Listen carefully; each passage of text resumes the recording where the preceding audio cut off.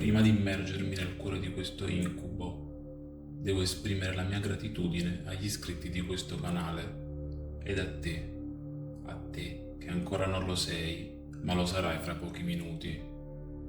Se mi sbaglio, scrivilo pure nei commenti. Siete il cuore pulsante di questo canale e ciò che lo rende vivo ed in costante evoluzione. Grazie. Ed ora, senza ulteriori indugi, vi porto in una storia di terrore che viene direttamente dagli angoli più oscuri del dark web o deep web. Chiamatelo come preferite. Eh sì, lo so che i puristi del tema mi direbbero che non sono la stessa cosa, ma lasciatemi questa piccola licenza poetica.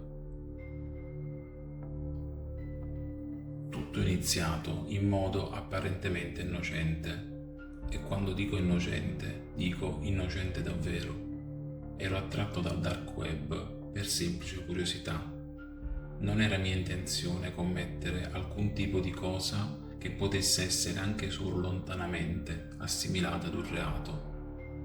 Avevo sentito le storie dell'orrore, identità rubate, sistemi hackerati e persone che si imbattevano negli angoli più grotteschi e proibiti di internet.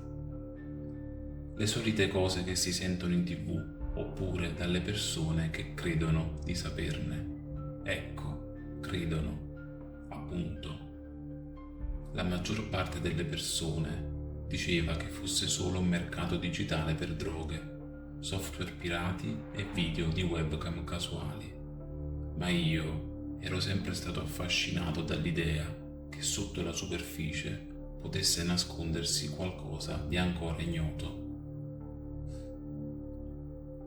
Cavolo, dove ero arrivato? Ah sì, giusto. Per settimane ho fatto ricerche, letto articoli in rete su vari blog, addirittura su quello di Salvatore Ranzulla, e guardato video sul dark web.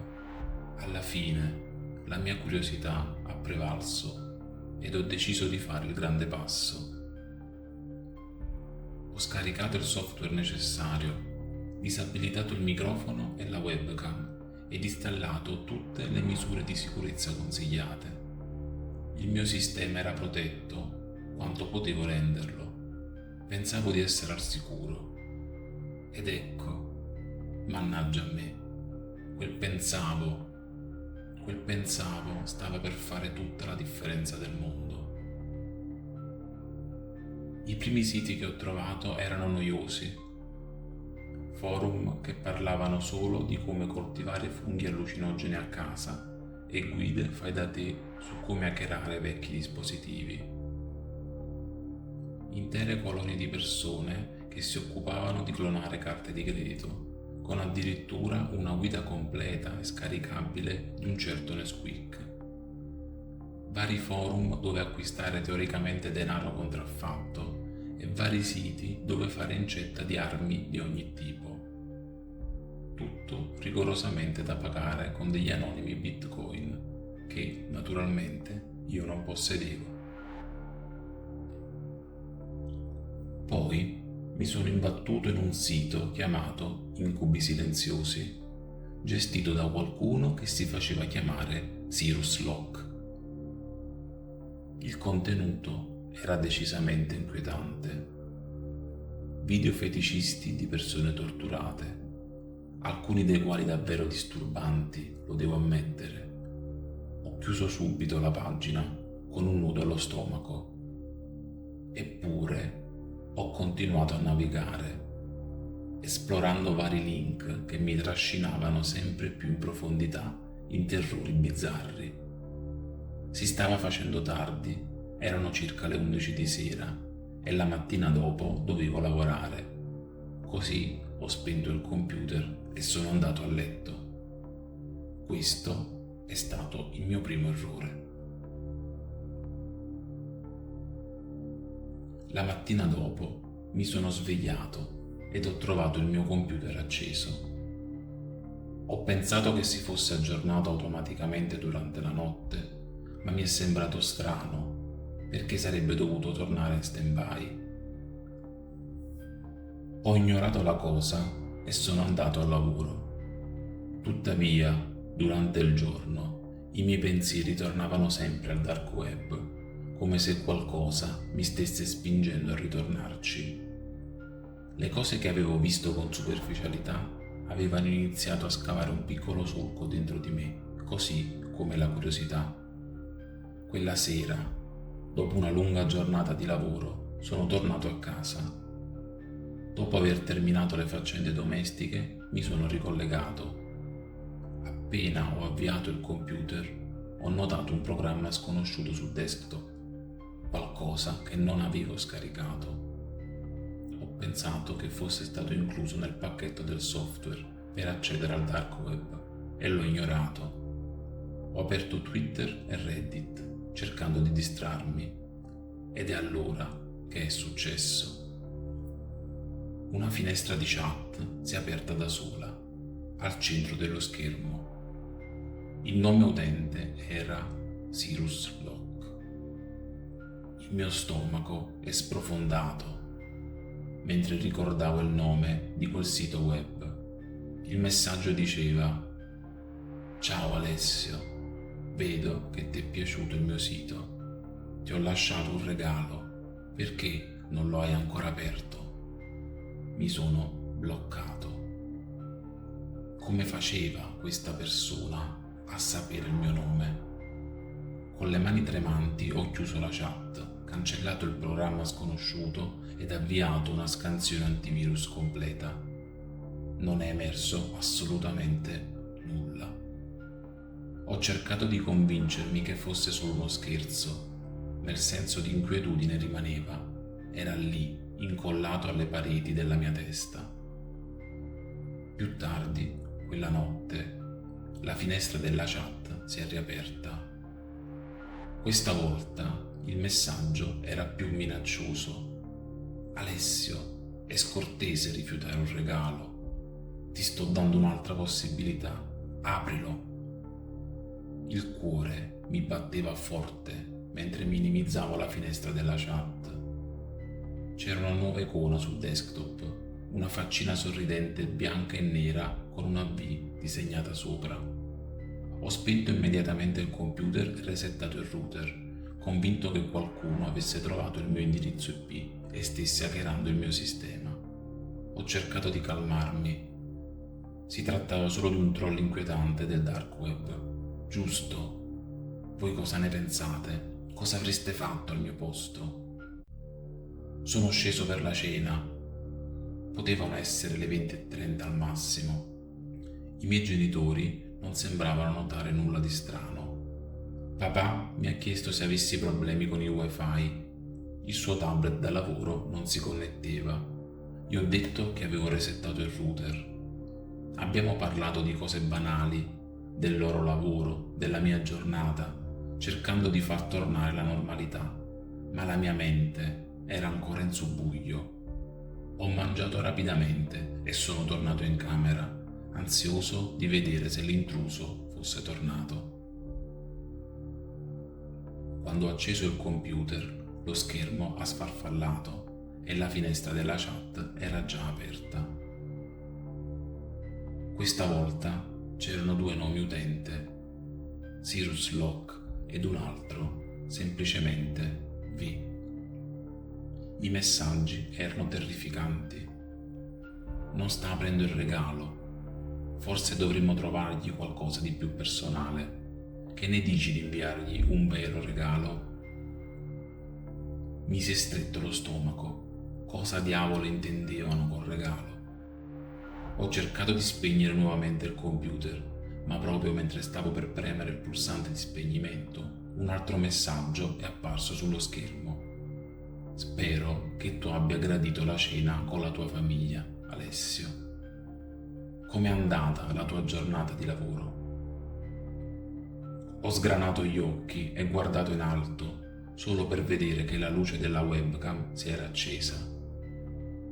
L'avevo disabilitata nelle impostazioni, ma in qualche modo erano riusciti a riprendere il controllo. Ho strappato il cavo della webcam dal computer e ho scritto freneticamente: «Cosa vuoi da me?»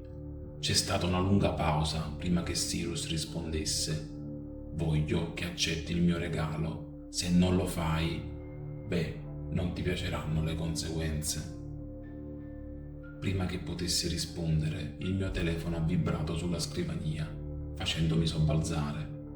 L'ho preso ed ho visto un messaggio da un numero sconosciuto. Solo 4 cifre. 1, 2, 2, 4. Il messaggio mi ha gelato il sangue. Sono stufo di giochi. Se non collabori, perderai. Terrorizzato, ho spento il telefono ed ho cercato di spegnere di nuovo il computer. Le mie mani tremavano e non riuscivo a pensare chiaramente. Non osavo dirlo ai miei genitori. Avevo paura che si ritrovassero coinvolti in qualcosa di pericoloso. Quella notte ho rigirato nella mia testa 1000 pensieri, con la paranoia che mi consumava. Come aveva fatto questa persona ad ottenere il mio numero di telefono? Cosa sarebbe successo se non avessi collaborato? Ma le cose stavano per peggiorare ed ancora non lo sapevo. Devo essermi addormentato perché all'improvviso mi sono svegliato di colpo, sentendo un leggero bussare alla finestra. Sconvolto e disorientato ho guardato l'orologio. 2:30 del mattino. La mia stanza era al secondo piano e non c'erano alberi fuori che potessero aver causato quel rumore. Con cautela mi sono avvicinato alla finestra ed ho sbirciato attraverso le tende. Il sangue mi si è gelato nelle vene. Lì, alla debole luce della luna, c'era un uomo. Stava perfettamente immobile, fissando verso la mia finestra. Il suo volto era parzialmente nascosto nell'ombra, ma riuscivo a distinguere lunghi capelli bianchi ed una pelle pallida, quasi spettrale. I suoi occhi erano fissi nei miei, senza batter ciglio. Sono indietreggiato ed ho chiuso la tenda con il cuore che mi martellava nelle tempie.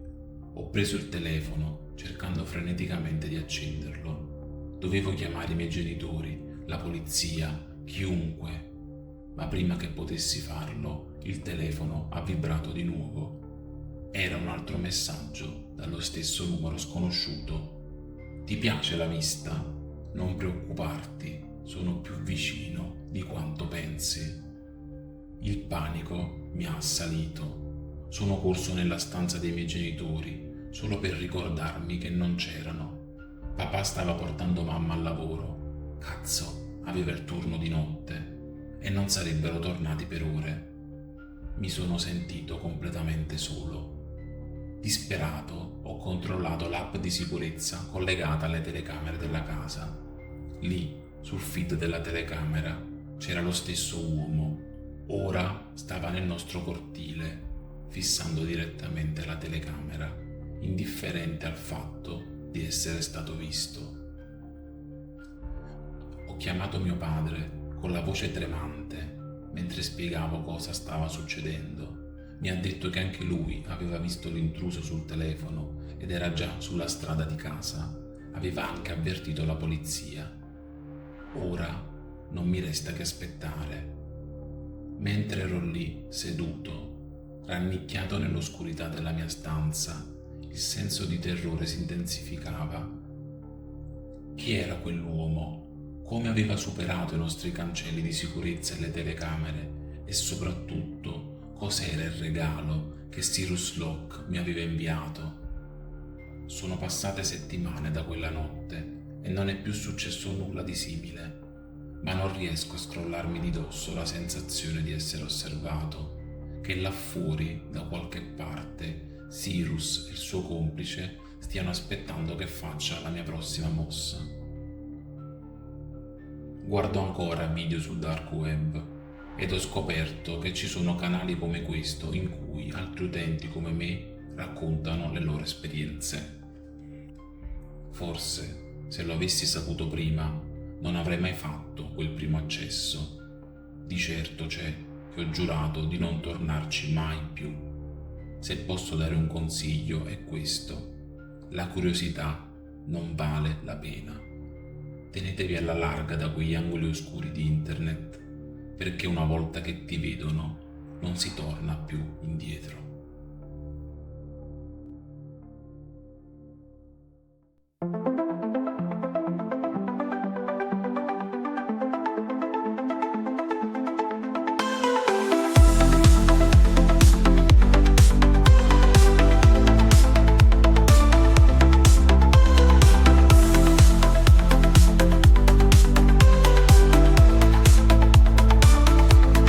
Dentro la rete, dove la luce non c'è,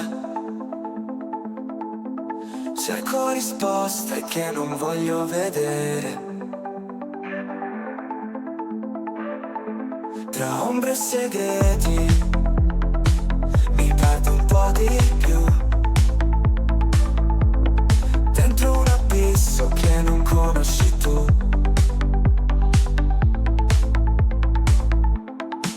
Dark web mi chiama giù, dove niente è reale ma sembra di più. Un click e sono già lì, tra le fiamme del silenzio e gli occhi dei folli. Dark web, ti guardo ma non so se sei vero, solo un'ombra che va. C'è un prezzo da pagare per ogni verità. Le tue paure diventano realtà. Nascosto tra i codici, nessuno sa chi sei, ma l'oscurità ti prende e non ti lascia mai. Dark web mi chiama giù, dove niente è reale ma sembra di più. Un click e sono già lì, tra le fiamme del silenzio e gli occhi dei folli. Dark web, ti guardo ma non so se sei vero, solo un'ombra che va.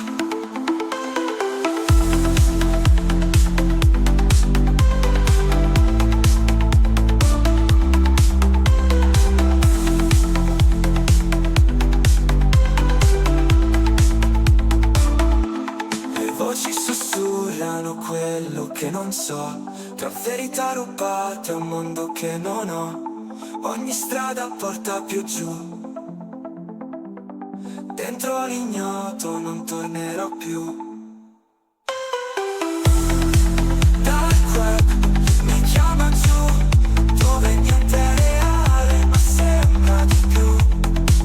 Un click e sono già lì, tra le fiamme del silenzio e gli occhi dei folli. Dark web, ti guardo ma non so se sei vero, solo un'ombra che va.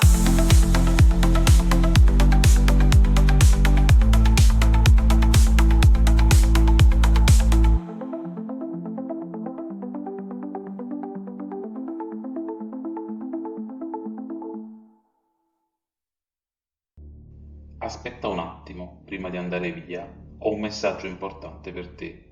Se ti è piaciuta questa storia, allora non potrai perderti il primo romanzo di Misteri di Mezzanotte, Il villaggio nel bosco, un libro che ti terrà incollato fino all'ultima pagina, te lo garantisco. La protagonista, se segui questo canale, la conosci già.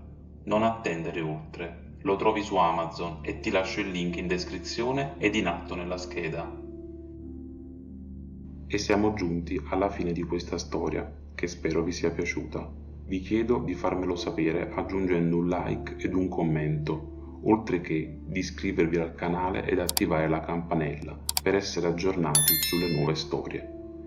Ti ricordo che questo canale è affiliato con Amazon Audible. Usa il link in alto a destra per una prova gratuita di 30 giorni, senza nessun vincolo. Vi lascio di seguito il link ad un altro racconto che sono sicuro vi piacerà ugualmente. Grazie per l'ascolto ed a presto.